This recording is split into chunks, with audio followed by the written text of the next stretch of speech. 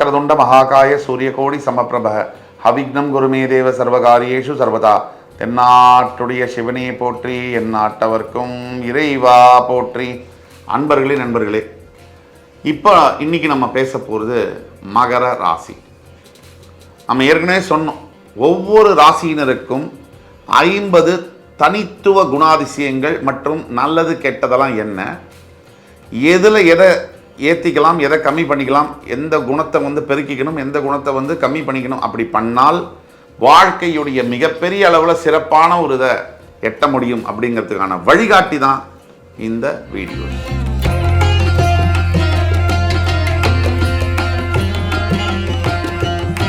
மகரத்தை பற்றி பேச எப்பவுமே எனக்கு பிடிக்கும். மகரம் மகத்தான ஒரு ராசி.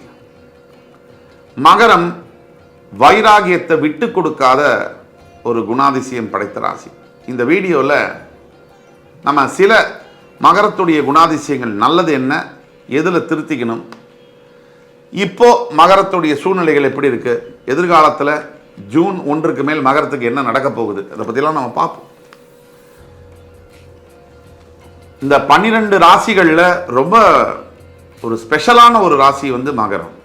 அதுக்கு பல காரணங்கள்லாம் இருக்கு. உண்மையாவே ஜீவனஸ்தானம்னு சொல்றோம் மகரத்தை. அதே மாதிரி கர்மஸ்தானம்னு சொல்றோம். 10ஆம் இடம் தொழிலை குறிக்கக்கூடியதுன்னு சொல்றோம். இந்த மகரத்தில் சூரிய சந்திர செவ்வாய் அற்புதமான 3 கிரகங்களுடைய நட்சத்திரங்கள் பதியப்படுது. இதில் என்ன வேடிக்கைன்னா, இந்த 3மே ராசி அதிபதிக்கு வேண்டாத கிரகங்கள்னு பார்க்கப்படுது. சூரியனுடைய உத்திராடம், சந்திரனுடைய திருவோணம், செவ்வாயினுடைய அவிட்டம், இந்த 3 நட்சத்திரங்கள். இதில் நம்ம சொல்லக்கூடியது மகரத்தை பற்றி சிரிச்ச முகம், தெளிவான சிந்தனை, அடுத்தவங்களுக்கு உதவக்கூடிய மனசு, இதுதான் மகரத்தினுடைய மாபெரும் சொத்து. மகரத்தை பற்றி பேசணும் அப்படிங்கிற போது புன்னகை, அதாவது சிரிச்ச முகத்தோடு இனிமையான ஒரு குணத்தோடு மற்றவங்கள்ட்ட பழகக்கூடிய தன்மை மகரத்துக்கு உண்டு. ஒரு எடுத்துக்காட்டு சிவகார்த்திகேயன் நடிகர். அவரை பற்றி நிறைய வேறு விதமான செய்திகள் வந்தாலும் அது பொருள் நம்ம போக விரும்பல.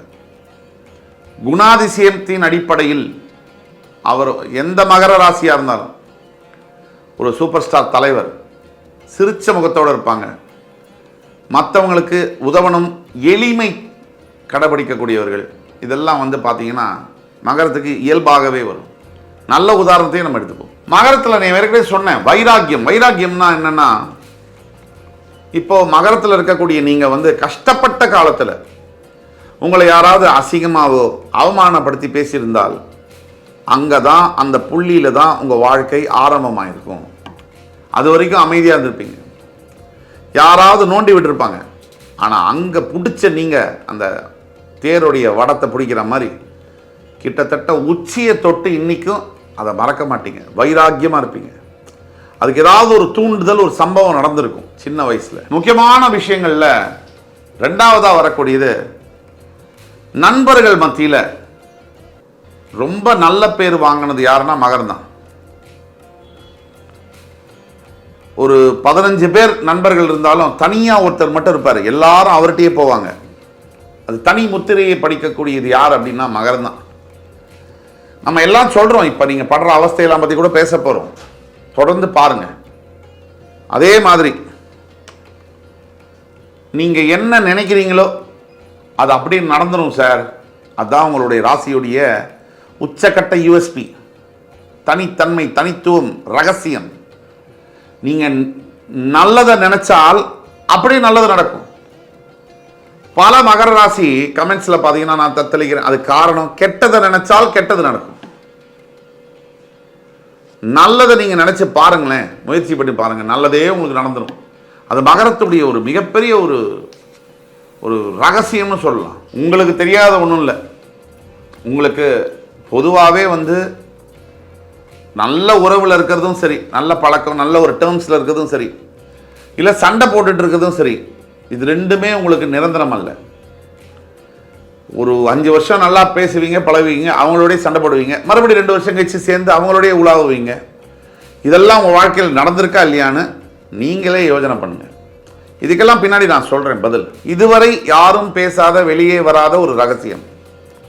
இது என்னன்னா, சனி பகவானுடைய 10ஆம் இடம் கர்மஸ்தானம்னு சொல்கிறோம். ஆனால் இன்னொரு மிகப்பெரிய ரகசியம் மகரத்துக்கு. மகரத்தில் பிறந்தவங்களுக்கு தான் வீட்டில் இருக்கிறவங்களோட அதிகமான சண்டைகள் நடக்கக்கூடிய வாய்ப்புகள் இருக்கு. அதே சமயத்தில் வெளி வட்டாரத்தில் நல்ல ஒரு ஃப்ரெண்ட்ஷிப் இருக்கும். எங்கே பார்த்தாலும் வீட்டில் மட்டும் சொந்தக்காரங்க மத்தியில் பகை வளர்ந்துக்கிட்டே போகும். ஒரு வித்தியாசமான ஒரு கோணத்தில் இருக்கக்கூடியது மகரம். அதே மாதிரி படாத அவமானம், அசிங்கம் இல்லை, ஏழ்மை, வறுமை, பசி கூட எல்லாம் பார்த்துட்டு டக்குன்னு எழுந்து மேலே போய் உச்சக்கட்டத்தில் உட்காருவாங்க. இது மாதிரி செய்யாத மகர ராசி ஒரு 10% தான் இருப்பாங்க. 90% மகர ராசி உச்சியை தொடுவார்கள், இமயமலையை தொடுவார்கள். வாழ்க்கையில் பல கஷ்டங்கள் ஏற்பட்ட பிறகு கிட்டத்தட்ட 30-35 வயசுக்கு பிறகுதான் மகரத்திற்கு வாழ்க்கை ஆரம்பிக்கும். நான் சொல்லாததில்லை, தந்தையுடைய மறைவு தாங்கிக் கொள்ள முடியாதது, வாழ்க்கையிலே ரொம்ப மோசமானது. ஒரு ஆணுக்கு தன் தாயுடைய மரணமும் தந்தையுடைய மரணமும், பெண்ணுக்கும் கூட யாரா இருந்தாலும் அந்த தாயுடைய மரணமும் தந்தையுடைய மரணம் ரொம்ப ஸ்பெஷல். என்னன்னா, ஒரு அப்பா பையன் பாண்டிங் இருக்கக்கூடிய வீட்டில் அந்த தந்தையுடைய மரணத்திற்கு பிறகுதான் பல 80 முதல் 90% மகர ராசி என்பவர்களுக்கு வளர்ச்சி என்பது வருகிறது என்பது அன்பார்ச்சுனேட்லி அது உண்மை. எல்லாருக்கும் அல்ல, பல பேருக்கு. நம்ம 2ஆம் பகுதி வாழ்க்கை நல்லா இருக்கும். ஆனால் அந்த வாழ்க்கை நல்லா இருக்கிறதுக்கு நீங்கள் ஒன்று பண்ணணும். இந்த வாழ்க்கை துணையை தேர்ந்தெடுக்கும் போது பூத கண்ணாடி வச்சு ஜாதகம் பார்த்து பொருத்தம் பார்த்து தான் செய்ய வேண்டும். இதில் நீங்கள் தவற விட்டுட்டு பின்னாடி குத்துதே கொடையுதேன்னு சொல்லி பிரயோஜனம் இல்லை. என்னமோ ஏதோ உங்கள் மனசுக்குள்ள ஆழமாக பதிஞ்சிருக்கக்கூடிய ஒரு விஷயம், தாழ்வு மனப்பான்மை. நம்மளால் முடியுமா? நமக்கு தகுதி இருக்கா? நாம் இதை செய்வோமா? ஒன்று மட்டும் நினைவில் வச்சுக்கோங்க, நீங்கள் தான் செய்யணும். உங்களால் தான் முடியும். நீங்கள் நினச்சா மட்டும்தான் நடக்கும். நீங்களே அதை செய்ய முடியலன்னா 11 ராசியில் யாரும் செய்ய முடியாது. இதுதான் உண்மை. அப்போ மகரத்துக்கு நிறைய பிரச்சனைகளை அள்ளித்தருவது எதுன்னா அவசரம். சில நேரங்களில் நீங்கள் செய்யக்கூடிய அவசரம், சில நேரங்களில் நீங்கள் அடையக்கூடிய பதட்டம், இதுதான் மெயினா. ஒன்று மட்டும் நீங்கள் மனசில் வச்சுக்க வேண்டியது உறுதியாக, முதல் பகுதி உங்களுக்கு நல்லா இருந்ததுன்னா அது பிரச்சனை. முதல் பகுதி வாழ்க்கையில் 30 வயசு வரைக்கும் நல்லா இல்லைன்னா அது உங்களுக்கு மிகப்பெரிய அட்வான்டேஜ், சாதகம். இப்போ மகர ராசியோடைய சூழ்நிலையை நம்ம பார்த்தோம்னா எவ்வளோ பெரிய ஒரு பாசிட்டிவான இடத்துல நீங்கள் இருக்கீங்கன்னு சொன்னால் அது மிக இல்லை. 12 ராசியில் அலசி அலசி பார்த்தா கூட மகரத்துக்கு இப்போ நடக்கக்கூடிய 7.5 சனி திருக்கணிதப்படி முடிஞ்சிருச்சு, குரு பயிற்சி முடிஞ்சிருச்சு. உங்களுடைய 2ஆம் வீட்டுக்கு 3ஆம் வீட்டிலேருந்து ராகு 2ஆம் வீட்டுக்கு வந்துட்டார். உங்களுடைய 8ஆம் வீட்டுக்கு கேது வந்துட்டார். இந்த ஜூன் மாதம் ஆரம்பத்திலேயே சுக்கிரன் மேஷத்தில் உட்கார்ந்துருக்காரு. உங்கள் ராசிநாதன் உங்களுடைய 7ஆம் இடத்தில் நீச்சம் பெற்று இந்த மாதம் தொடங்கினாலும் கூட இந்த 7.5 சனி திருக்கணிதப்படி விடுபட்ட காரணத்தினால இல்லை, அடுத்த வருஷம் மார்ச் 21, 2026 தான் விடுபடும். இருந்தால் கூட சனி ஒரு 6 மாதம் முன்னாடியே பலனை தர ஆரம்பிச்சிருவார். அந்த விதத்தில் மகரத்துக்கு நீங்கள் என்ன வேணால் நினச்சிக்கலாம். எத்தனை சேனல் பார்த்தாலும், எத்தனை பேரை சந்தித்தாலும் இப்போ நான் சொல்லக்கூடியது உங்களுக்கு நடக்கும். வாழ்க்கையில் நீங்கள் இதுவரை பாராத திருப்பு முனைகள் வரிசையாக ஒன்றன் பின் ஒன்றாக வரும். நல்ல திருப்பு முனைகள், அது தொழிலாக இருக்கட்டும், வேலை வாய்ப்பாக இருக்கட்டும், அது தொழிலாக இருக்கட்டும், வேலை வாய்ப்பாக இருக்கட்டும், திருமணமாக இருக்கட்டும், வீடு வாங்குவது கட்டுவது போன்ற விஷயமாக இருக்கட்டும், குழந்தை பிறப்பாக இருக்கட்டும், இல்லை குழந்தைகளுடைய கல்வி வேலை சம்பந்தப்பட்ட விஷயங்களாக இருக்கட்டும், பூர்வீக சொத்து சம்பந்தப்பட்ட விஷயங்களாக இருக்கட்டும், எந்த விஷயமா இருந்தாலும் மகரத்துக்கு நீங்கள் முயற்சி எடுத்தால் இப்போ முயற்சி எடுக்காமல் நடக்காது. முயற்சி எடுத்தால் திருவினை ஆகும். அதே மாதிரி நகரத்தில் இருக்கக்கூடிய பல லட்சக்கணக்கான பேர்கள் நான் வெளிநாடு சம்பந்தப்பட்ட கல்வி, திருமணம், வெளிநாடு சம்பந்தப்பட்ட வாய்ப்புகளை நோக்கி எனக்கு ஆர்வம் இருக்குது அப்படின்னு நினைக்கிறவங்களுக்கு இது ஒரு பிளாட்டினம் பீரியடு. இந்த இதை தரவர விட்டுட்டு பின்னாடி வருத்தப்படுறதுல பிரயோஜனம் இல்லை. ஒட்டு மொத்த மகர ராசிக்கும் நம்பினால் கெடுவதில்லைன்னு சொல்கிற மாதிரி தெய்வம் சொல்லக்கூடிய வாக்கு என்ன அப்படின்னு பார்த்தோம்னா, கிட்டத்தட்ட 25-30 வருஷம் அப்புறமா கடவுள் உங்கள் பக்கம் உட்கார்ந்துருக்காரு. இது ஒரு மிகப்பெரிய வாய்ப்பாக தான் நான் பார்க்குறேன். இந்த வாய்ப்பை பயன்படுத்தி கொள்ள அத்துணை மகர ராசி என்பவர்களுக்கும் நான் சொல்லக்கூடியது, ஈஸ்வரன் கோவிலில் போய் விளக்கேற்றுங்க. உங்களால் முடிஞ்சால் திருநள்ளாறு போயிட்டு வாங்க. முடியலன்னா பக்கத்தில் இருக்கக்கூடிய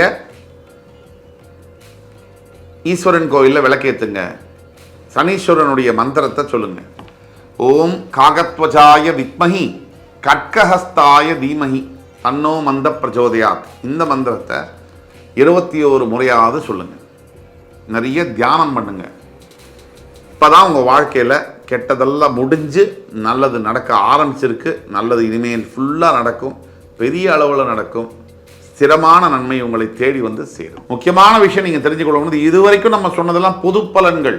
நீங்கள் உங்களுடைய ஜாதகம், உங்களுடைய வாழ்க்கை, உங்களுக்கு இருக்கக்கூடிய பிரச்சனைகள் உங்களுக்கு மட்டும்தான். அதை பற்றி தெரிஞ்சுக்கணும்னா கீழே கொடுக்கக்கூடிய வாட்ஸ்அப் நம்பரில் எங்களை தொடர்பு கொண்டு, எங்களுக்கு ஆன்லைன் அப்பாயின்மெண்ட் இருக்குது, ஃபீஸ் இருக்குது, அதை பே பண்ணிவிட்டு வந்தீங்கன்னா உங்களுக்கு கண்டிப்பாக பார்த்து சொல்லுவோம். துல்லியமாக உங்களுடைய பிறப்பு, உங்களுடைய ப்ராக்ரஸ்ஸு, வேலை வாய்ப்புகள், உங்களுடைய திருமணம், உங்களுடைய குழந்தை பிறப்பு, உங்களுடைய வீடு வாங்கக்கூடியது விஷயங்கள், பணம் கடன் சம்பந்தப்பட்ட விஷயங்கள், ஹெல்த் சம்பந்தப்பட்ட விஷயங்கள் எல்லாம் துல்லியமாக உங்கள் ஜாதகத்தை பார்த்து அதற்குண்டான தீர்வுகளையும் தர முடியும். இந்த காணொலி உங்களுக்கு பிடிச்சிருக்கும் கண்டிப்பாக நம்புகிறேன். அடுத்த காணொலியில் மறுபடியும் உங்கள் எல்லோரையும் சந்திக்கும் வரை உங்களிடமிருந்து விடைபெறுவது உங்கள் சுபாஷ் பாலகிருஷ்ணன். நன்றி, வணக்கம், வாழ்க வளமுடன்.